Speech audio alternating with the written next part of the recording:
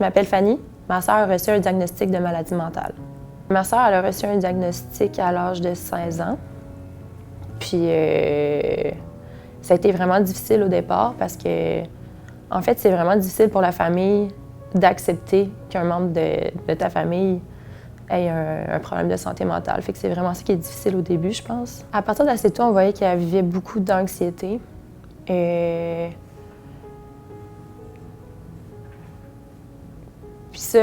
ça, par exemple, justement, je répondais souvent à sa place parce qu'elle était très anxieuse devant les gens.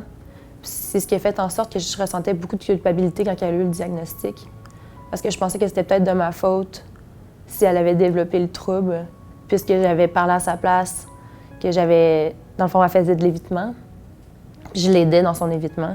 Puis là, je me suis sentie vraiment coupable par la suite, là, quand elle a eu son diagnostic. Par rapport à ça, sinon, elle avait des comportements... justement, on dirait une perception erronée de la réalité.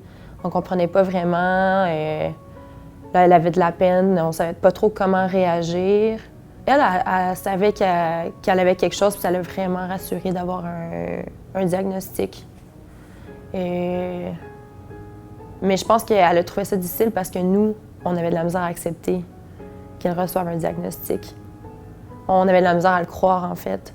On dirait qu'on essayait de lui dire « ben non, tu sais, t'es correct, t'es capable », comme si tout d'un coup, elle allait être capable, tu sais. Je pense que ça, c'était source de frustration beaucoup pour elle. C'est d'être plus empathique puis d'être plus compréhensive face à la maladie.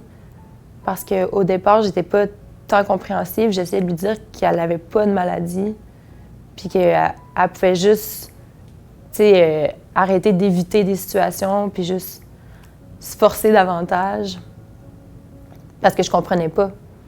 Mais là, quand j'ai eu plus d'informations, je me suis rendu compte que je devais lui offrir une écoute plus attentive, puis être un petit peu moins raide avec elle, dans le fond. Parce que j'étais un peu raide avec, au départ. C'était surtout de l'ignorance, je pense, là.